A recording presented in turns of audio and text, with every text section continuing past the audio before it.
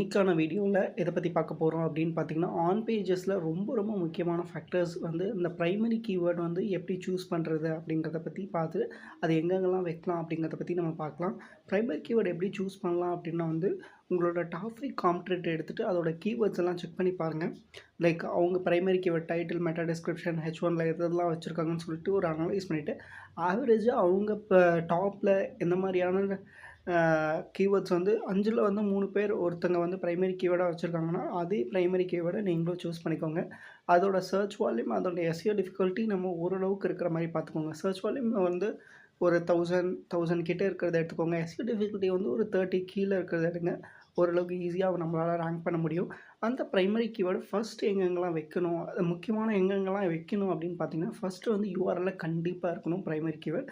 And then டைட்டிலில் கண்டிப்பாக இருக்கணும். டைட்டில்லையும் should be ஸ்டார்ட்டிங்லேயே இருக்கணும். ஸ்டார்ட்டிங்கில் இருந்தால் ரொம்ப நல்ல இம்பேக்ட் கொடுக்கும். அதேமாரி மெட்டா டிஸ்கிரிப்ஷன் ஸ்டார்ட்டிங்கில், H1 ஸ்டார்ட்டிங்கில், அதுக்கப்புறம் வந்து உங்களுடைய கண்டென்ட்டோட ஸ்டார்ட்டிங்கில், அதுக்கப்புறம் வந்து உங்களுடைய இன்டர்னல் லிங்க்ஸ் அந்தமாரி இடத்துல, ஆல் டெக்ஸ்ட் இந்த இடத்துலலாம் வந்து உங்களுடைய ப்ரைமரி கீவேர்ட் கண்டிப்பாக இருக்கணும். ஒரு பேஜுக்கு வந்து ஒரு primary keyword 3 secondary keyword use பண்ணலாம்.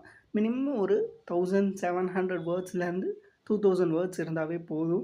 அதில் வந்து நீங்கள் ஈஸியான செக்ஷனாக பிரித்து வைங்க. இன்னொரு விஷயம், முக்கியமான விஷயம் வந்து அக்கார்டியன் ஆர் கண்டெய்னர்ஸ் போட்டு அதை வந்து பிரிக்காதீங்க. லைக் அதை வந்து பாக்ஸ்குள்ளே போட்டு லைக் ஃபுல்லாக ஓப்பன் பண்ணி படிக்கிற மாதிரி வைக்காதீங்க. ஃபுல்லாக என்ன பண்ணுங்கள், லைக் அதை ஃப்ளாட்டாக விட்டுருங்க. எந்த விதமான பாக்ஸும் வைக்காமல் ஈஸியாக படிக்கிற மாதிரி யூசர்ஸ்க்கு வைங்க. இது ரொம்ப நல்லா இம்பேக்ட் பண்ணும். உங்களோட வெப்சைட்டுக்கும் ஆன் பேஜ், ஆஃப் பேஜ் பண்ணணும் அப்படின்னா கண்டிப்பாக என்னை காண்டாக்ட் பண்ணுங்கள். உங்களுக்கு அஃபோர்டபுள் ப்ரைஸில் உங்களுக்கு பண்ணி தருவாங்க.